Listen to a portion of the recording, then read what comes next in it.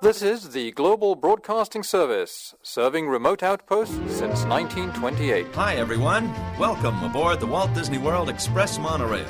Caramba, we have something really big for you today. Welcome, foolish mortals. Now then, hang on to them hats and glasses, because this here's the wildest ride in the wilderness. This is the DBC Pod with Phil Schoen and Jason Dodge.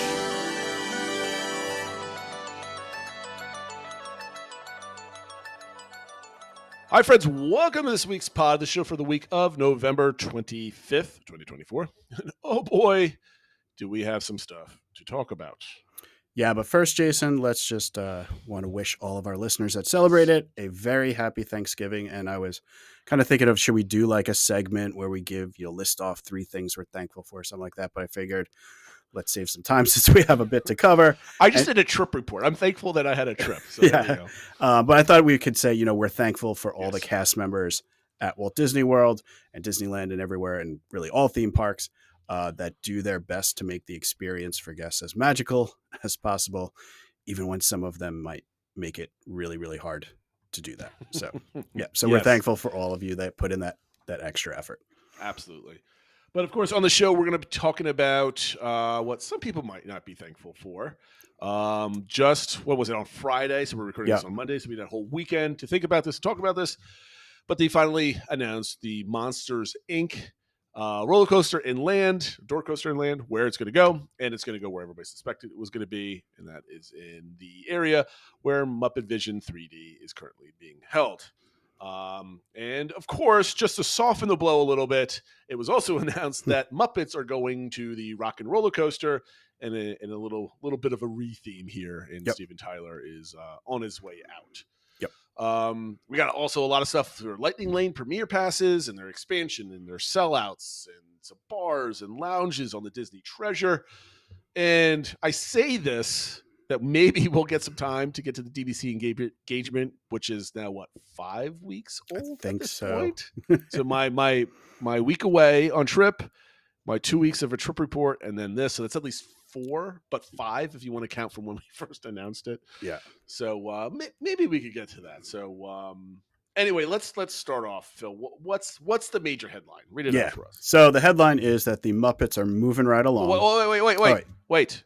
Your friend arrived on Discord. Oh, yes. Well, let's give him a shout out. Yeah. So, it's a reminder of all our social media accounts. We are everywhere at the DBC Pod, Twitter, X, Blue Sky, all that stuff. And of course, our Discord server where we have a new member, your boy, Alan.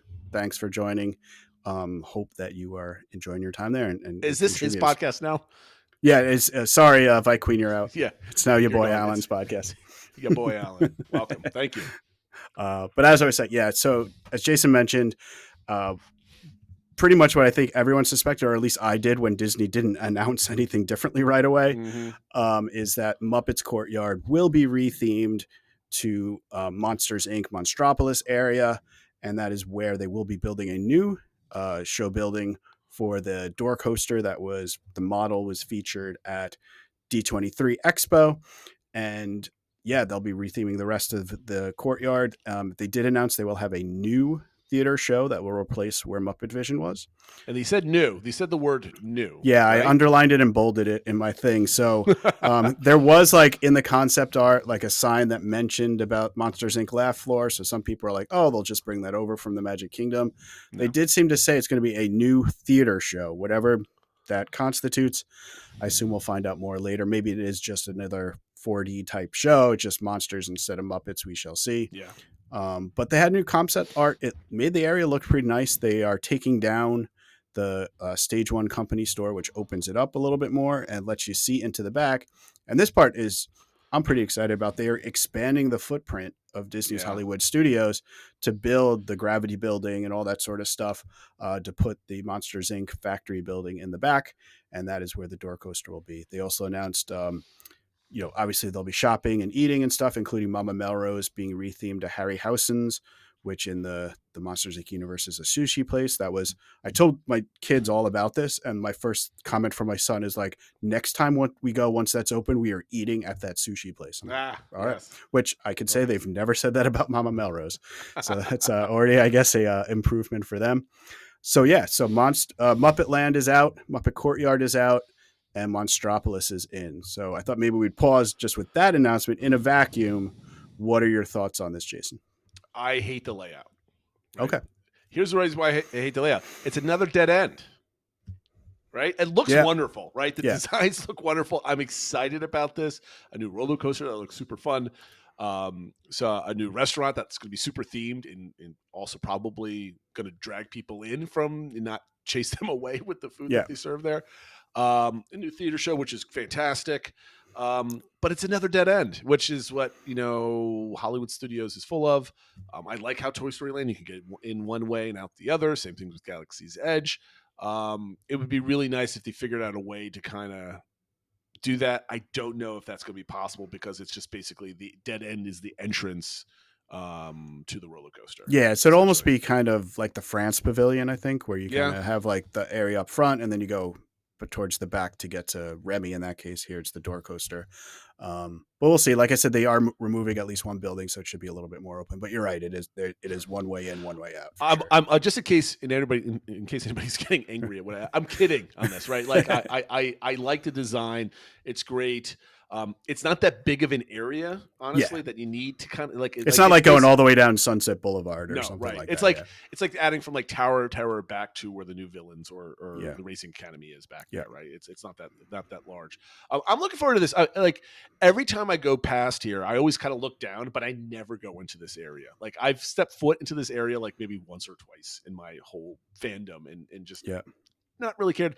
Muppets is not a huge thing. We'll talk about Muppets later and everything else like this. But I'm excited. I'm excited for a new themed land. I love what the Imagineers can do with different lands, and and this should be relatively quick turnaround, right? Because it looks like they're keeping a lot of the buildings in place, but changing like subtle changes to the facade, like adding some eyeballs and some monster stuff. But it all seems relatively the same. Yeah, for that area, and they should be able to build the new building just kind of backstage and hopefully keep up at least Muppet Vision for a little bit and stuff like that. So I think they'll give plenty of people time to go see it because the roller coaster is going to be the longest thing to turn over. Maybe demoing the building, but they can still keep the entrance to Muppet Vision 3D open for quite some time. I'm curious to see if it they're going to say shovels in the ground is going to start in 2025 for this.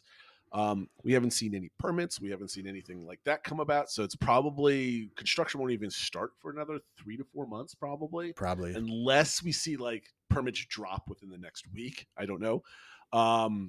So that means I'm willing to bet that Muppet Vision is probably still going to be around by summertime, if I had to guess. Yeah, I mean, Disney, they didn't give any timeline, but they definitely said we are going to be giving you time for people that want to see it one last time, that they will be able to do that.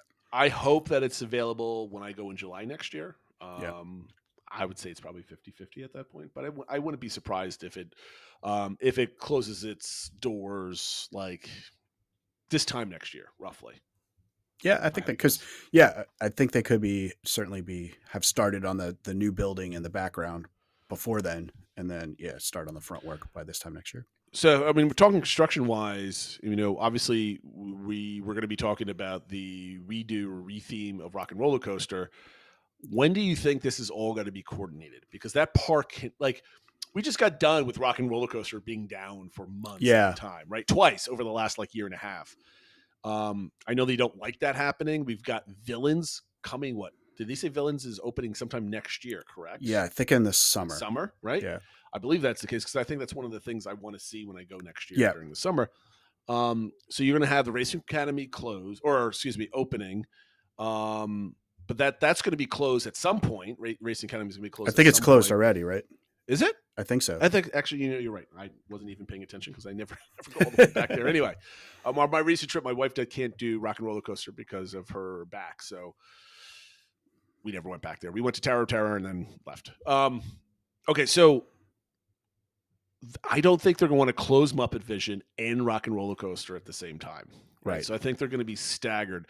Do you think we'll see Rock and Roller Coaster go down and then come back up with the Muppet theme while Muppet Vision is still running. That's what I think they're going to do because it's the quicker turnaround. If they're waiting until Muppets is totally done and Monsters is up, then that's 2-3 years from now, right? And so I don't think they would have announced about Rock and Roller Coaster. And I guess we should officially state that that's the other part of this, is that the Muppets aren't totally leaving Hollywood Studios. They're going to be taking over Rock and Roller Coaster. So Aerosmith is out. And they said that the Muppets will be teaming up with some of music's biggest stars for a rockin' music festival. And they had the new poster and had a lot about, Dr. Teeth and the Mayhem and all that sort of stuff. But also with Miss Piggy and Kermit and all that sort of thing. So we'll have to see what that is. But yeah, so my guess is they take down Rock and Roller Coaster and retheme it relatively soon, after the holidays or something like that, and have it come back up with the Muppets, and then they can close down Muppet Vision. We have to have, we have to get Matt to do this, but what is the before and after of the reopen?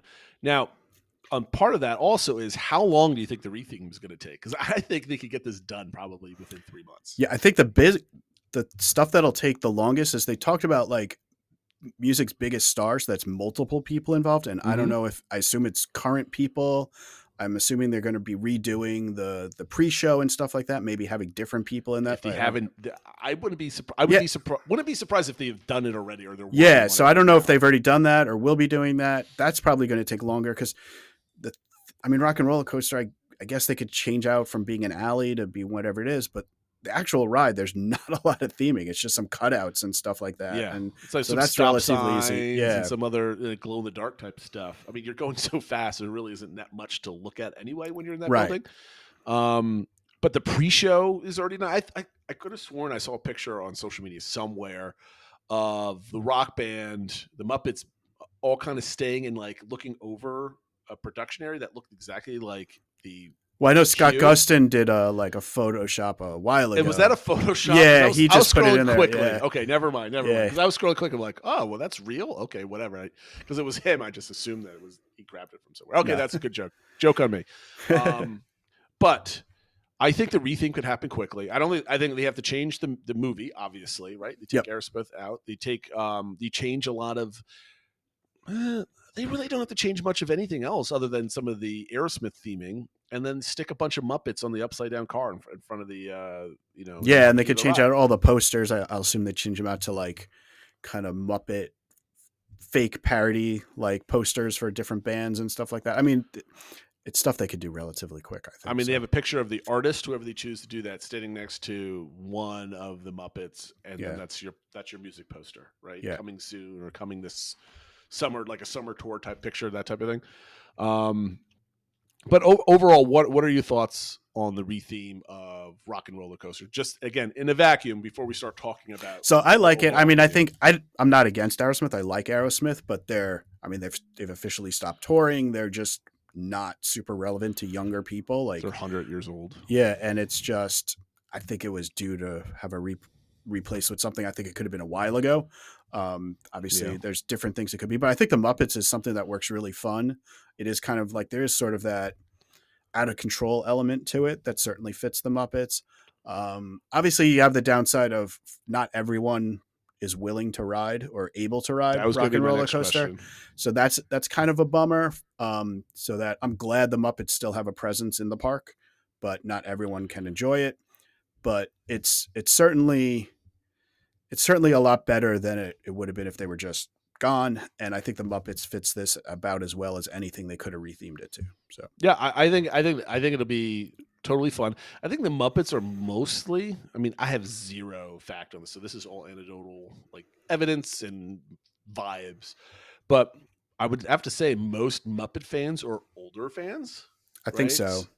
I mean, obviously there's exceptions that prove the rule and stuff, but most of the kids I know, they don't hate the Muppets or anything. And like, when we put on Muppet Haunted Mansion, they enjoy it and stuff like that, but they're not like, oh, can we watch another Muppet movie or something? It's like, they'll watch it if I put it on, but it's not something they're clamoring for. But it's mostly people that were young adults or growing up in the 70s, 80s, and maybe the early 90s. Yeah. I was thinking one thing that probably I know, and I guess they're coming back now, but I grew up when I was one of the cartoons I watched was Muppet Babies. So I think that kind of like got me into the Muppets and stuff too. I just don't think kids really have that now. So No. So again, one of the complaints online is like, oh, you're hiding the Muppets behind a ride that little kids can't go on, right? My 5-year-old went on Rock and Roller Coaster once they hit the height threshold. They loved it. I mean, and again, I do totally get that a lot of people don't like roller coasters, let alone like inverted ones, pretty intense ones, fast ones. Yeah. So I totally get that. But I think if you're going to stick Muppets somewhere, and I'm not trying to be mean when I say stick Muppets somewhere, but like if you're going to have a Muppet themed attraction that's relatively easy to convert, like Rock and Roller Coaster is definitely it, because there's nothing inside that that building because it's all dark. So I think that's good. What I really like the idea of is every time you go on, it's a different song, because I really love that aspect of Guardians of the Galaxy. What song am I going to get today? Yep. And you could easily add new songs down the road as new musical talents come by. 10 years from now, you want to insert some new music.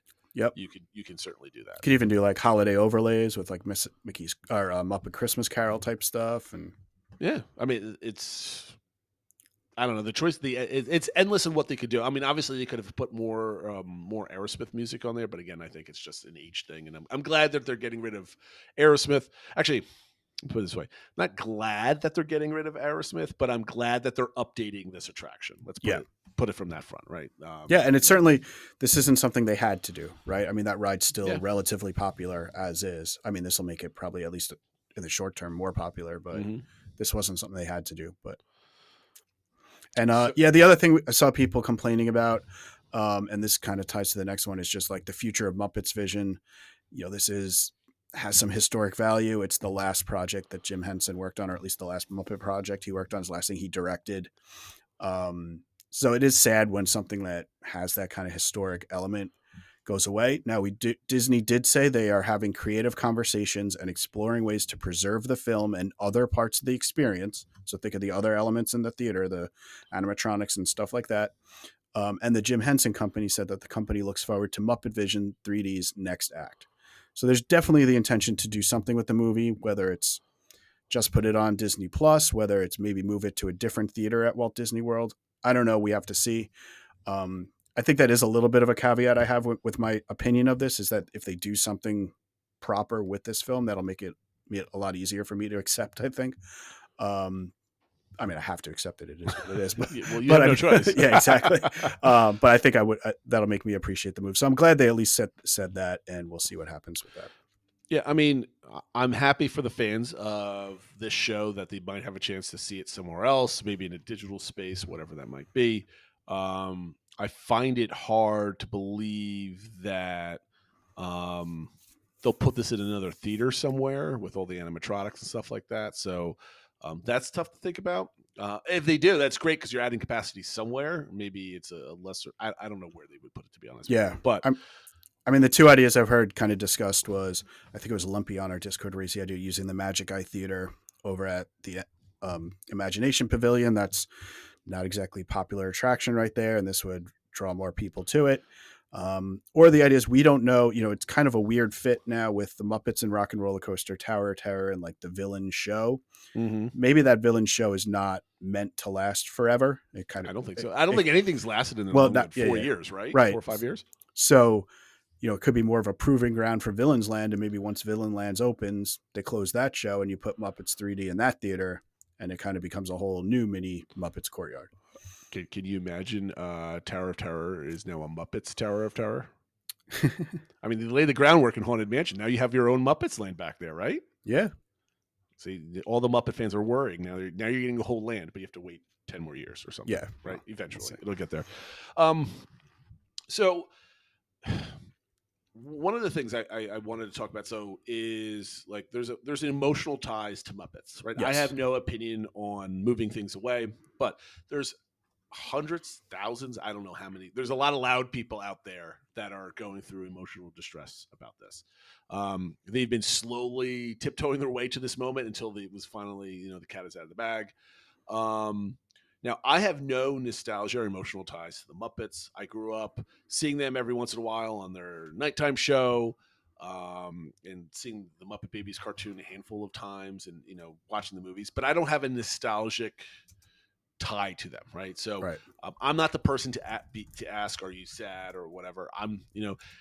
I think we had a conversation. I think it might have been Lumpy. It was like, well, what if it was Pirates of the Caribbean? What if it was the Haunted Mansion? What if it was like, insert popular ride here? Would you okay with them getting rid of it? I'm like, look, for me personally, there's no sacred cows. And I think we had this conversation. This would be a great segment for the show. What rides would be, untouchable? You listed like 4 of them. I'm like, I agree with all of them. Okay, that's a great segment. So it's not a great show topic. Yeah. So, and you can imagine what they are. But they're not Pirates or Haunted Mansion. If Pirates and Haunted Mansion got to the point where they were unpopular or they were relegated to a C-level attraction where, like Muppet Vision, you can get a lightning lane for that almost any time that you want. It's always usually a walk-on. Yeah. If Haunted Mansion or Pirates got to that level and you wanted to get rid of it for something else and use that real estate, absolutely. Even though I grew up loving those attractions, I love them now. I can't argue with that. I'm always in favor of something new experiences. For me, the nostalgia of the parks is being there and being with family. But that's another conversation, I suppose. Yeah. So I have empathy for everybody that is sad of seeing a park favorite go away, and I don't want to. I don't want to make anybody angry to think that I'm being callous or pointing and laughing and stuff like that. Like, these are people that have great fond memories of not only this attraction but the Muppets themselves going away, with the attachment of this being Jim Henson's last project before he passed. And I give that total respect. However, I don't think that we need to put square footage in any park and put like fencing around it and saying like, do not touch, right? Like, I think every single park should be a living, breathing thing, that things need to be changed and be adapted. So I understand why they need to do it. I think it makes sense for where they're putting it. And I don't think that part of the park is ever a big draw. I think this will be a massive draw to that park. So it's going to make Hollywood Studios a much better experience for all the guests that are going, including those that are sad or those that are still clinging to MGM Studios of yesteryear, like a lot of Epcot fans are also of their own park. So, I like the fact that they're treating this with respect, because a lot of people, if you ask somebody a week ago, what do you think Disney's response would be with respect to the Muppets? And they would say, oh, they're going to trash it. They don't give a darn, and all this other type of stuff. But they're actually going out of the way to make that announcement. Yeah. And I respect them for that. Yep. I agree. I mean, I know there's a lot of passionate Muppet fans. I'm one of them. I love the Muppets. I love that attraction. But at the same time, we made a point to go to it our last trip. You just had to wait for the next show. There's not a huge crowd there. The theater was maybe half full, maybe a little more. I mean, it was there since 1991. Not many films last 33 years. Yeah. And I mean, you could see just how outdated it was. Even in the pre-show, it's still like the old tube TVs. It's not even like flat panel TVs and stuff. It's like, it's from an experience of in the theme park, I think it's had its day. I do hope the film gets preserved some way, but it certainly will. But I think it's had its day. And like you said, there's just a fairly big footprint that not a lot of people went to. And I think this will give more release to that whole area. And, the Muppets will live on in Rock and Roller Coaster. So I think overall it was about the best outcome. And I from a Disney company and theme park, we were talking about this, I forget if it was with you or with my wife or whatever. It's like when the average family, whatever Iger said, like that average family from Denver or whatever. Yeah. And they're like, let's go to Disney. How many of them are saying, because we want to see Muppet Vision 3D, or even when they're like planning out their day, are they like making sure they're circling Muppet Vision 3D? I'm sure some are, but that's not what's getting people to book the trip. But, a shiny new ride like the Door Coaster, you can put that on all the different advertisements around. Monsters University merch sells quite a bit. It's very popular with grads and stuff like that still. So I think they're doing a good thing. And there's a lot of people that are out there because, we're in the starting period of massive investment in the parks. We see this in Animal Kingdom, Magic Kingdom, and Hollywood Studios. And people are constantly complaining, oh, well, you're taking down one and you're replacing it with it. There's like this replacement versus addition. Yeah. I really don't like that argument. So if you're one of those that's like, well, they're taking out one Muppet show and they're adding a roller coaster, that's equivalent. I'm like, it's not really equivalent. Much more people are going to be going into that section of the park riding this roller coaster. And like we said at the top of the show, they are replacing the show with a new show. Yeah, so it's a 2-for-1. It's a net addition. Correct. So I think more people will go to a brand new show versus the tired show like Beauty and the Beast that probably needs to go away, or at least put something else in that building. Though there's a new Little Mermaid show that's going out there. And then a couple things that I've read on a couple different forums. There's another shoe to drop in that park. The owner of WDW Magic has alluded to it. Len Testa has alluded to it, that there's something else that's changing there. It's probably not Indiana Jones, but it's something minor. So I'm assuming it's going to be like one-man show, maybe Beauty and the Beast, but something else is going to go out of there for something else, which I think is good.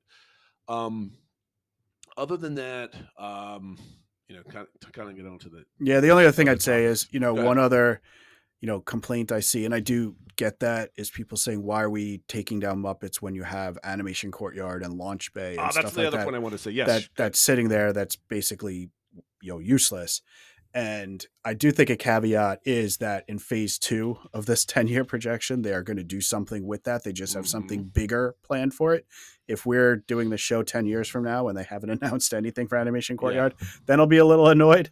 But the announcement's coming. I can only guarantee anything because what do I know? I'm just a guy on the internet. But I am heavily, heavily confident that at D23 in 2028, we'll get an announcement for Animation Courtyard. That's 4 years away. And that's just a much bigger project. I know people are like, oh, Launch Bay's empty or whatever, but the thing is, like, right behind it is this huge office space, and they are lacking office space right now there. People are working out of trailers and stuff. They can't just take down a big I mean, you can say, well, it's bad design that they have it there. Okay, but that's where it is. So it's not an easy change, and I think they want to do something relatively quick, get some updates and improvements to the parks, get people, obviously Epic Universe is next year, but 2026, 2027, they got to have new stuff for people. Yep. Animation Court, if this was going there, that's at least 5-6 years away if they were going to build out that area. Yeah, I mean, I don't think it's that far. I think once they move people and have people settled somewhere, it's a 3 to 4 year build, right? But it's a 1 to 2 year logistics of getting some places to work. So I'm with you on that. The reason why it's on an Animation Courtyard, and everybody wants to laugh at this, whatever. I've been saying this for very long. Drew the Disney Dude is alluding to this. He has a couple of videos on this. Len Testa has talked about this. He talked about it on his show today, as they were mourning on their show. They added to the end of their show. I don't know. I was going to mention that if you listen to it, it's like the first thing in the title of the show, and they don't get to it until I think I skipped to the end. It's like the 62-minute mark. Yeah. But Jim does give a good history of Muppet Vision, which if you're interested in that, it's worth a listen. Definitely worth listening. So, and Animation Courtyard, I think he alluded to it in the show, or at least he's alluded to it elsewhere. And this is my guess as well, because the numbers don't add up. We're seeing an estimated like $10 billion invested in the parks over the next 10 years, right? But we have all the stuff that we've been talking, monsters, cars, villains, that's all being done. The build is starting in the next year or two. It's not going to take the next 8 to 9 years for this stuff to come out. So there has to be some stuff on the back half of that decade of investment. That's basically, quote unquote, a phase 2 or additional projects where other things have to happen first. Right. And I think what they want to put a major IP in the back of this park where they could fit another Galaxy's Edge, another Toy Story Land, or if they do it right, 2 of these things. But it's going to be at least one. And I think we've mentioned this before on the show, at least 2 times already. You've got Zootopia coming out, Frozen 3 and 4 coming out, and you've got Incredibles 3 coming out. Sometime all in the next 3 or 4 years. Whatever one of those movies is the biggest hit, like let's say Frozen draws $2 billion. Let's say Zootopia only hits $900 million. Let's say Incredibles hits 1.5 billion, just throwing numbers out there. You'll see a Frozen Land come to Hollywood Studios. They've built one in the in their Asian parks. They're building one in their European park. Yeah, there's in Paris and Hong Kong have them. Right. And I always forget Shanghai versus Hong Kong. They're building. They're going to want one of their most popular princess IPs represented in the parks in a big way here in the States. And I'm heavily leaning towards like a Frozen Land being put back there. I think that'd be a perfect place for it. Because you would never. The problem of putting. And this is completely off tangent, but I'm going to go there anyway. Putting a Frozen Land in Magic Kingdom to me does not make any sense, because now you have competing princesses, competing castles, competing themes, which kind of doesn't really make sense. I mean, anything makes sense, but it's just to me, it's not a good design. You don't want to take away from Cinderella's castle. Yeah. But in Hollywood Studios, you're free to kind of put anything you want back there, and it'll be perfect. A big Frozen Land. Because again, Magic Kingdom doesn't do really good IP lands; they do themed lands, I guess, if that makes sense.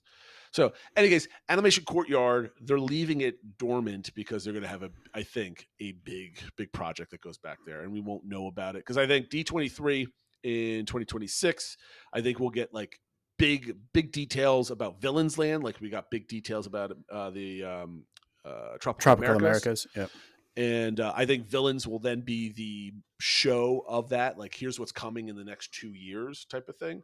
And then in 26, it'll be the second round of stuff. It'll be probably showcasing at whatever land in Hollywood Studios, probably a country in Epcot. Again, I'm wishful thinking there, but you also see some of the additional like Lion King land in Africa and Animal Kingdom, and like some of the Moana stuff and stuff like that that'll go to Magic Kingdom. I think that's like phase 2, which that could change once a new CEO comes into place too. So, I mean, a lot can change before we get to phase 2. That's certainly not committed, but that is the plan. It's a 10-year plan, and we only know about the next 5 years. So so if you went to the head of WDI and ask him, what is your 10-year plan? It looks something like that, right? Yeah. Whatever's next, they probably have 4 different options for each thing, right? And they'll narrow it down as time goes by.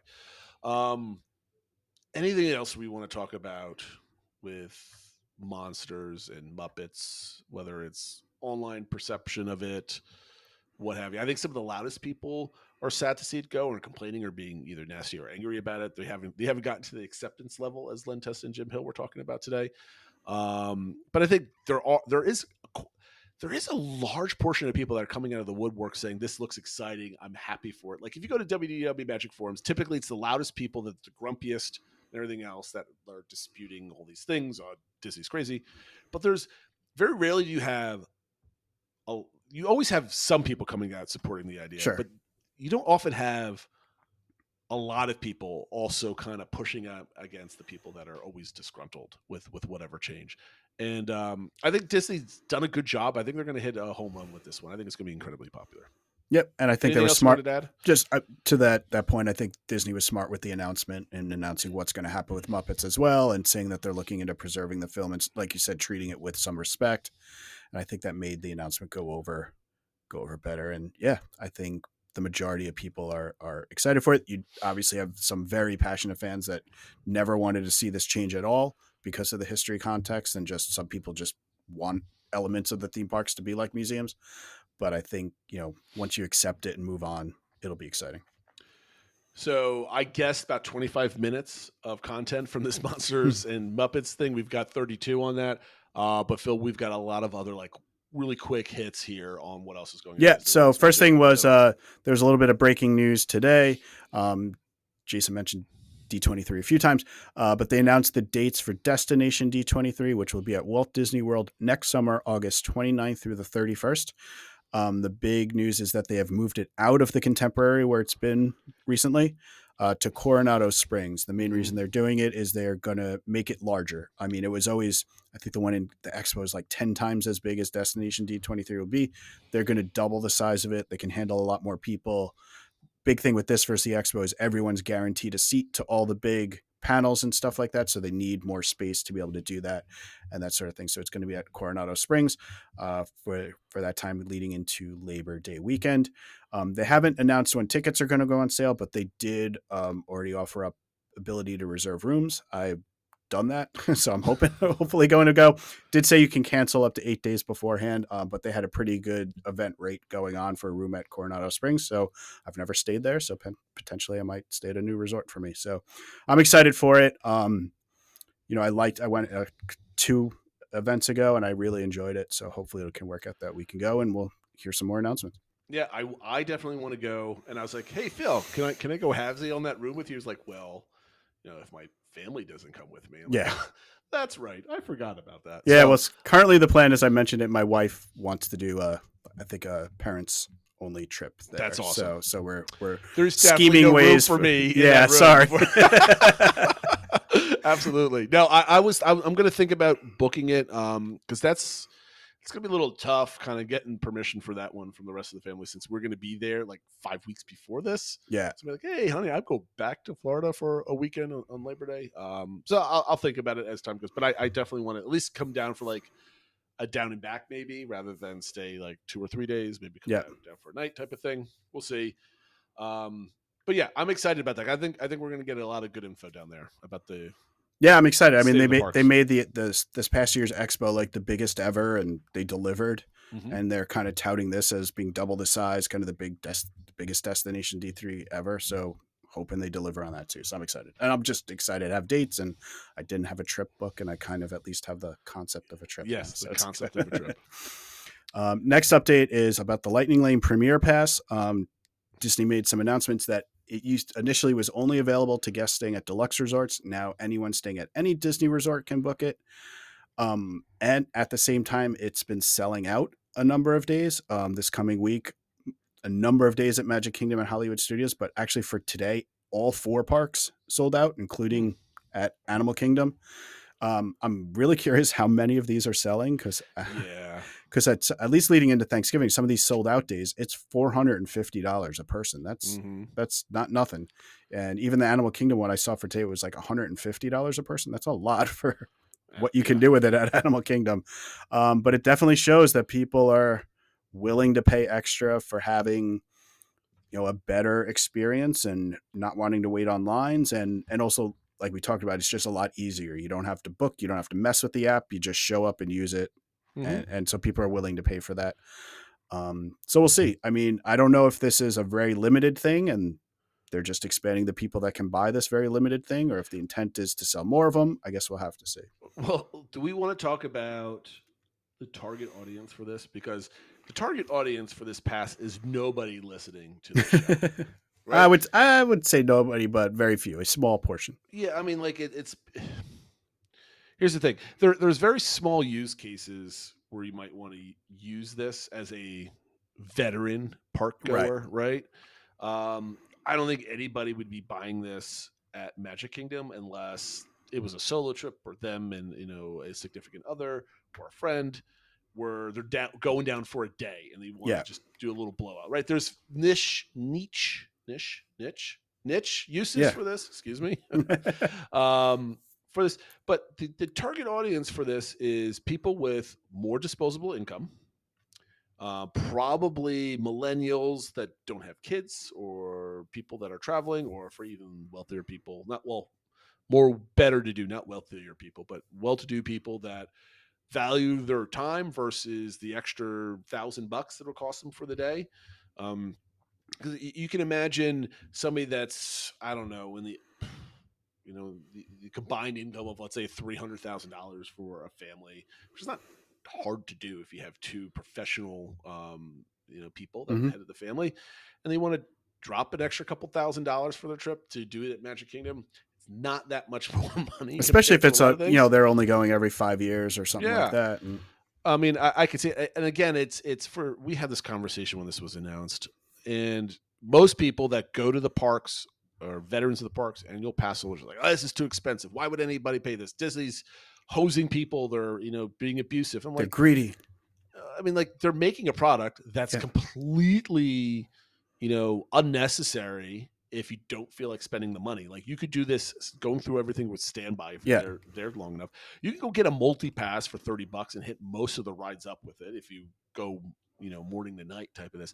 This is for people that are like, we're going to go to the parks for 4 or 5 hours, bounce around, never wait on anything, and leave by like 4 o'clock, right? And that's fine. What we'll never know is like your question. The first question you ask is how many people are actually buying this. We'll never know, but I'm willing to bet it's a very low number before they changed it from the deluxe number. Yeah. And now that they opened it up, here's the interesting question. We've all been talking about this. So let's say you could stay at a all-star sports resort for $150 a night or $180 a night, which you can get at some of these deals. Going to Magic Kingdom and getting this is $450. That makes your per day rate of hotel plus pass to be in the 600s, essentially. If you're solo, yeah. Yep. So, which is even better if you're going down with a friend and you're splitting the room cost, right? So you save $80. I don't know, whatever it might be. So you're now on par with the daily rack rate of a deluxe resort, but now you have a, smaller resort, lesser accommodations, but now you could go to the parks. That's kind of feasible for a lot of people that want to go to the parks, right? That's what I saw, because some people are saying like, oh, do you really think people who are staying at values are going to have the money to buy this? And I'm like, I don't think it's the people that were already doing their trip at Pop for a week long. It's the people that were interested in this anyway and saying, oh, I was going to spend the whole day at the park anyway. Now I'll just spend $180 instead of $680, and it's only a place for me to sleep. It's not a place I'm going to be hanging out at and stuff. So I think it just kind of moves the people a little bit more, or maybe the people like, I could probably swing the cost of this pass, but I can't really swing a deluxe hotel room and the cost of the pass.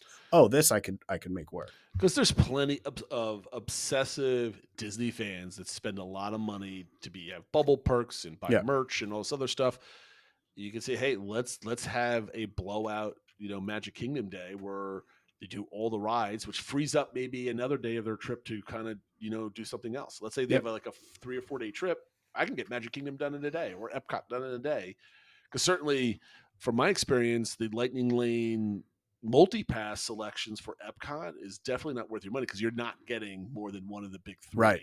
Mm-hmm. Of Frozen once Test Track comes back and Remy. So you basically you try to grab one at 7 days, you rope drop the other one, and now you're stuck standby unless you get lucky with a refresh at some point, which could happen, but it's a lot of refreshing, right? To do that, unless it's a slow day. So I think Weezy was talking about he's kind of interested in this for his Epcot day. Yeah. Where I think what's Epcot like in the twos? Yeah, like I think 209 or like low something twos, like that, right? Low twos, yeah. So that's $200, which is it's awful to say, but this day and age is not that much money, right? It's in the context of everything you're spending on a Disney trip. Yes. Like, you can go spend $200 a person, or go spend $100 a person in a meal somewhere, right? Yeah, in a sit down meal. So it's twice as much. But they're saying is like we could go and do Epcot, and you could certainly do every single attraction that's on that Premier Pass within maybe 5 hours of walking around, because you got walk time and then ride time. I'm sure Lentess is about to come up with a study of like, well, this is the average run time of each park. It takes X amount of minutes to get into each line from a Lightning Lane, that type of thing. So if you do everything, you need minimum of like 5.5 hours to do the whole park or whatever it might be. But that allows you to then say, okay, we got all the rides done in the morning. We got maybe a Guardians extra evening hours, or we got a Guardians Lightning Lane for later in the day. That leaves you the whole afternoon to just kind of relax and just go through the World Showcase, do all the festival stuff without the pressure of like, all right, we need to get over to France because our Remy Lightning Lane's exactly. Let's stop doing this.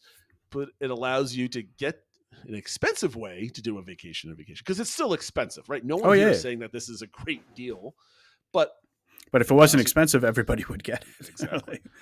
So the combo of a cheap Disney hotel with, because it hasn't said yet that the the Good Neighbor hotels. No, not those. Right? It just included all the Disney hotels plus like the Dolphin Swan Reserve and Shades of Green, but not like the Good Neighbor Disney Springs ones.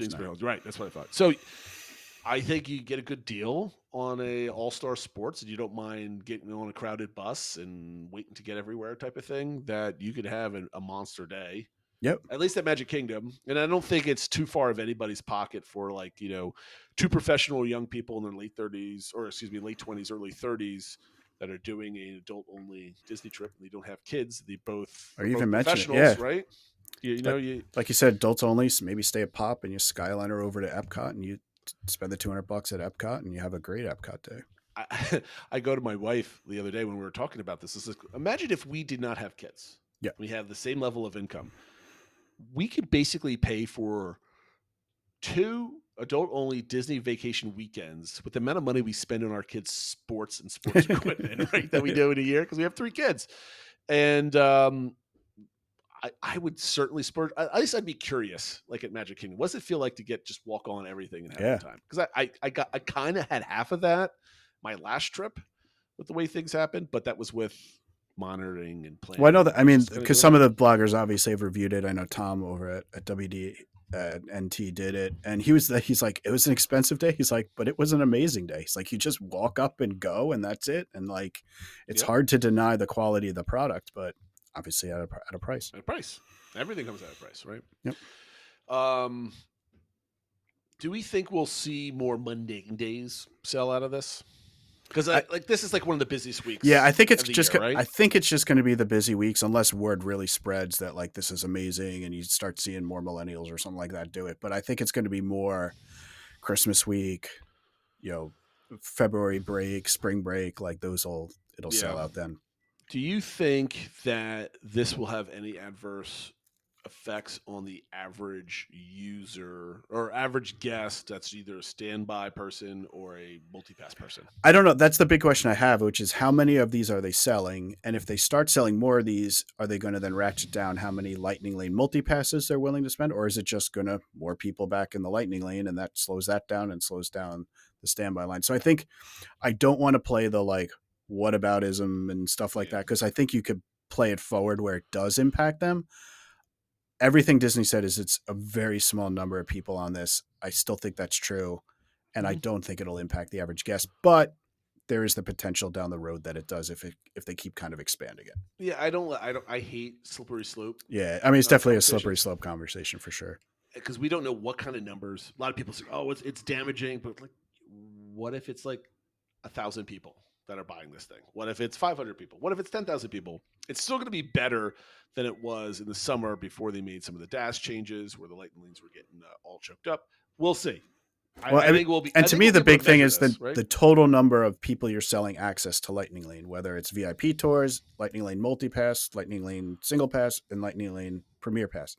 If all that, we have a set number that we're doing it for, and we're just divvying it up a little differently, then it's no issue. If it's, and now we're adding this on, and now we're adding this on, now all of a sudden it could be more people in the lane. But I assume they don't want to overload that lane, because now you have these people who spend $450, like say, wait, and I'm still waiting 20 minutes to get on. Like, I don't think they can do that. There is a threshold of people getting angry. Like if you see a 50-minute line, but they're waiting a half hour, I'm like, what am I paying for? Exactly. So they expect basically nearly walk-ons, so maybe like 15-minute wait max. And I would say max, yeah. That, right? Because they do not want an army of angry people like nations asking for a refund. Yeah, so they want the people that are spending this much money to have the best day ever. Well, they want to, and then have them tell everybody else like, it was expensive, but we had an amazing time. So the other person that's kind of like, you really don't want to spend that much money. That's on the fence or whatever. Yeah. FOMO, like that type of thing. So I think they might nab some people. You brought up Disney Treasure reveals. What are they revealing, Phil? So Disney Treasure was docked in New York, and they led a lot of the media on to look at a number of the elements, and they were really showing off a lot of the bars, highly themed bars. There's the Haunted Mansion Parlor, Periscope Pub, which I guess is themed to 20,000 Leagues Under the Sea, the Skipper Society, which is like a Jungle Cruise skipper bar. There's like a Beauty and the Beast one. There's a whole bunch of other ones. They have an Epcot themed Tomorrow's Land suite. They have the Marvel and Coco themed dining locations. You mentioned FOMO. I definitely had a little bit of FOMO, especially looking at these bars. I mean, that Periscope Pub, they had this like circular bar tap thing with like 20 different taps with the coolest tap handles I've ever seen. Like, I just wanted to hang out in that bar. It would take a second mortgage. That's the problem, is that whenever I've priced out a cruise for my family on the Disney Treasure, I say, nope. So people want to complain about the Premier Pass being too expensive. Try to book a Disney Cruise Line adventure on one of the newer ships. And obviously, I mean, we're going on about it. It's giving me FOMO. They're giving you they're giving you a great experience, but like we said, it comes with a price.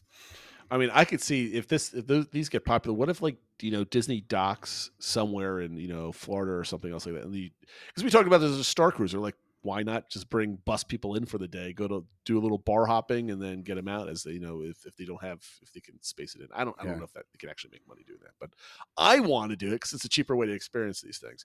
Yeah. I don't really care about Disney Cruise Line. We're not a cruising family. My wife doesn't like boats and water, that sort of thing. Those are important elements of cruising. Yes, very important. I wouldn't mind either, but we're not really interested in diving into cruises. Even though a lot of our friends and are like, oh, we just got off a cruise. Oh, our neighbors are going on, like, I think it's a Norwegian cruise around Christmas time. I don't know if that gets my wife thinking, like, with her FOMO of different experiences, but we'll see. That being said, what I do take out of these announcements that you typically ignore, I look at the bars, because that kind of gives me, hopefully, insight of like things that Disney are building in Disney World property, mostly like the Pirate bar and lounge that's being built in Magic Kingdom right now. If it's even half of what we're seeing on here, it's going to be amazingly popular. Because I think Oga's Canteen, which I did for the first time, was kind of lame with the seating and how you sit things, but it looked awesome in there, right?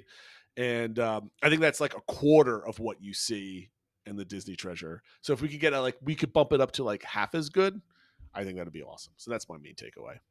Yeah, it seems like they had a Star Wars bar on the Wish, or I guess it's still there. That was kind of highly themed bar, and it was pretty well received. But I think it was generally like, oh, they could have, reality wasn't as great as kind of like the vision of it. It seems like they've learned from that experience, and these are that much better.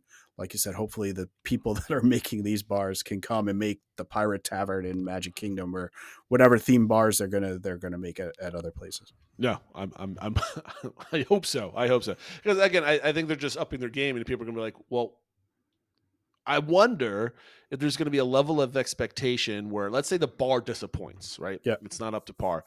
Do you think you see guest relations? Like, I thought the bar was going to be, I thought it was going to be like the ones that you show. Like, were they confused the quality that they see on the cruise ships because they're not paying attention? They just see like a promo for a really cool bar and then show up at this bar in Magic Kingdom and be like, yo, what's up? This is not what I was expecting. Yeah. Right.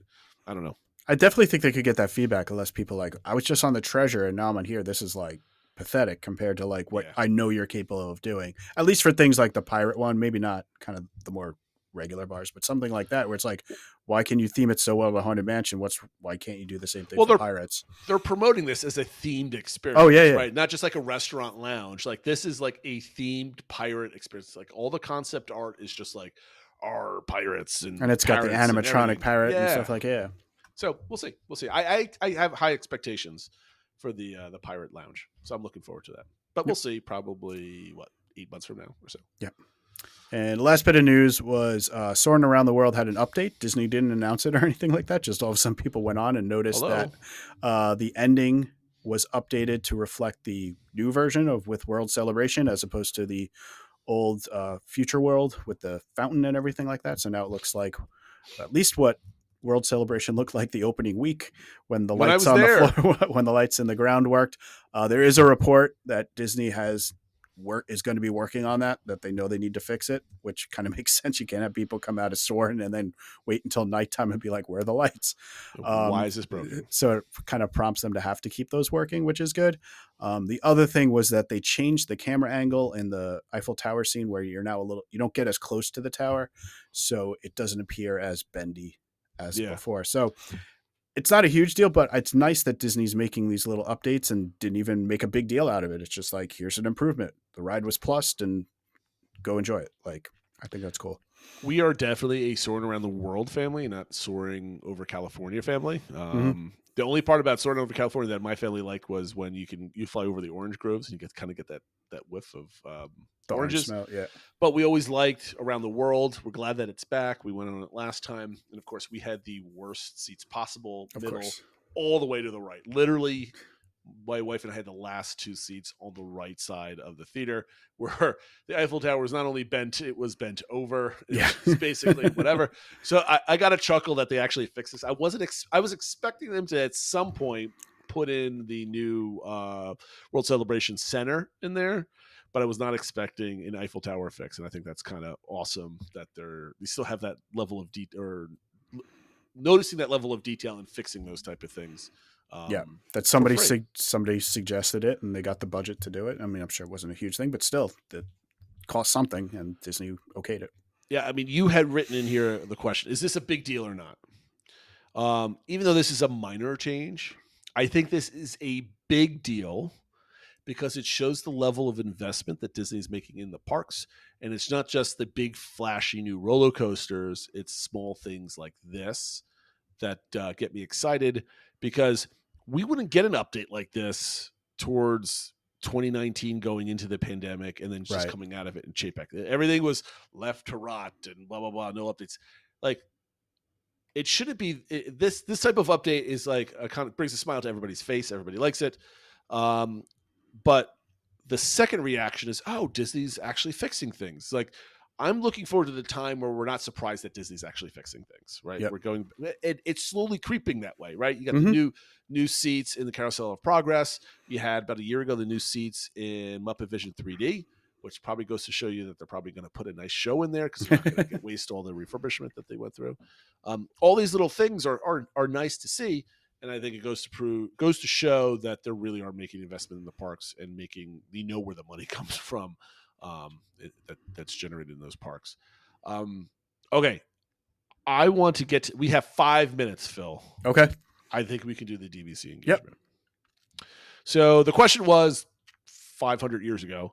You have an all expense paid for a week, 1 week a year at Disneyland Resort, but you can never go to Disney World ever again. So you can go to Disneyland Resort and never go to Disney World ever again, or an all expense paid a week a year at Walt Disney World, but you can never go to the Magic Kingdom ever again, right? This is not like you could go other times of the year and whatever. Like, you get a free trip to either coast, but what flavor of never going to the Magic Kingdom are you choosing? Are you choosing Disneyland Resort, or are you choosing everything 3 parks at Disney World that are not Magic Kingdom? Yep. So Phil, what was your response to this? So initially I was going to say Disneyland, but then I guess people were, and we could tell how our Discord server is full of people with planning and trying to maximize their vacation and trying to find all the loopholes they can, where they then said, well, you said I couldn't go to the Magic Kingdom, but on my own dime, could I go to Disneyland? And you said you could. Yeah. So I said, with that loophole, knowing that at least if I really needed to get in that castle park, if, when I had grandkids and I wanted to bring them and stuff like that, then I would still pick Walt Disney World, because I can get, obviously Epcot and Hollywood Studios and all that stuff, and Magic Kingdom gets crowded and stuff like that. So as long as I can get a castle park in every 5 years or something on my own dime, that is the one I could do. If it was, you can never go to Disneyland either, so you would never get a castle park, then I would pick Disneyland. That's smart. I think, realistically, I don't think I could ever ban myself from going to Disney World, because I have so much nostalgia and memories tied to that. So to basically say you could never go to, Walt Disney World again and just pick Disneyland Resort, that would be tough. If it was just me and I did not have kids and I was never going to have grandchildren and all that other type of stuff, I think I would be happy with being able to get a free trip to Disneyland Resort a year, all expenses paid, for a week. Yeah. I think that'd be great. But I'm kind of with you on that loophole. Do you want to go over what other people have said? Yeah, just real quick. I know Lumpy said, his wife doesn't like Animal Kingdom and he's not really into Hollywood Studios, but he said, you guys are totally evil for leaving out Magic Kingdom. And so for that reason, they would have to pick Disneyland and Disney California over Walt Disney World. But if it was just, you can only go to one or the other, but you could still go to Magic Kingdom, then it would be Walt Disney World. Okay. Gene said that if it's all expenses paid, they'd pick Walt Disney World and then on their own pocket either go to Disneyland or somewhere else. Matt said he would take the Walt Disney World deal only because Disneyland Park, he found that better than Magic Kingdom anyway. He said it would be tough to sacrifice Happily Ever After, though. Let's see. Mama of 6 says, and this is probably why we get along so well. She said, life would be without meaning if there were no Epcot to visit. So the choice is easy. Wheezy said, having the both, give me free Walt Disney World with no MK because it's 3 parks versus 2 and still a whole vacation destination and stuff like that. Obviously, he was just on the podcast. He was out at Disneyland. He's like, I don't know if I could spend a whole week at Disneyland. True. So even taking out Magic Kingdom, he feels like he could better spend a week with the other 3 parks. Gene of Main Street said, go to Disneyland because at least you get to see a castle. Let's see. For Bad Pink Tink said Disneyland for a week, definitely, instead of going to Walt Disney World. She just prefers that park anyway, so that kind of made it easy. She comes over from the UK and stuff, so that makes it that's just the park she prefers to go when she's traveling. And then, of course, who up until this episode, the podcast was for, Vike Queen said that she thinks she figured out how to game the system, which is that she's giving up Disneyland and taking the world without the Magic Kingdom, but then she can have Bay Lake Tower points and watch the fireworks from there. So she still gets happily ever after and that sort of thing. Just feeling like in general, there's a lot more to do at Walt Disney World than Disneyland, even without the Magic Kingdom. So I like that cheating version right there. I think so that's why I was saying about people finding these little ways around the limitations. T.L. Madden said, definitely Disneyland Resort, especially with Disneyland Forward. Who knows when we'll have it. And he said, and they will still have the rivers of America. There you go. And he just and I think this is kind of true for a lot of people. At least you have to get used to it. Like going to Walt Disney World like year after year and not being able to go to the Magic Kingdom would probably be a little bit painful. It would be. And Tom Servo said kind of the same thing, and he likes Disneyland. Anyway, so that's I think I sped through that pretty quick, just about 5 minutes. So there we go. That was perfect. We have a couple different engagement questions here, Phil, and shame on me for not being prepped for this. But I'd like the one that Lumpy gave us a couple weeks ago. So I think we'll ease into this one. Ease this back into this week because we haven't had an engagement question like a month. So we'll do an interesting one. Why don't you read that one up from Lumpy? So this is kind of the a verse, I think, of what we've done in the past, but it's saying, what are the things that you've done at Disney that would be most likely to impress a Disney fanatic? So if there's someone cool you met while you were there, or a cool tour you did, or stayed at some incredible room, or just something that you were able to do Disney related that you think if you told a Disney fanatic, they'd be like, whoa, that's awesome. I can't believe you got to do it type thing. So something that would give others FOMO, I guess. Yeah. I mean, this could be things that like meeting people, doing a certain amount of rides in a day. It could be like, I ate here, or I met this person. I already said that. Or like, it could be anything, right? It doesn't have to be like, a specific, like I had a VIP tour, or I spent all this money. It doesn't have to be something that was like expensive. It could just be like you had some unique pixie dust moment or something like that people would find cool. So it like literally has to impress everybody on Discord if this is something that you can fill in, because we're all Disney fanatics there. So we have to be impressed with your answer. No pressure. Phil, anything else you wanted to talk about today that I might have forgotten? No, I think that's it. Just a reminder of our social media accounts, including on Blue Sky, and trying to post and be active and engage with us there as well as on Discord. Yeah. So, your boy Andy, thank you very much for joining. Hopefully you join the conversation, and everybody else, remember where you can find us, like Phil just said. Thanks for watching and listening, everybody, and we'll see you next time. Take care, everyone.